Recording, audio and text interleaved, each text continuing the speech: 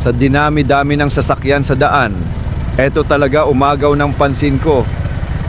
Grabe, parang time machine. Tingnan nyo naman, sobrang kinis pa.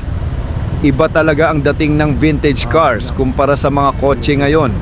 Napaka-elegante tingnan. Bihira ka na makakita ng ganyan ka-preserved na classic dito sa Pinas. Sa mga car experts dyan, anong model at year kaya ito? Comment nyo sa baba.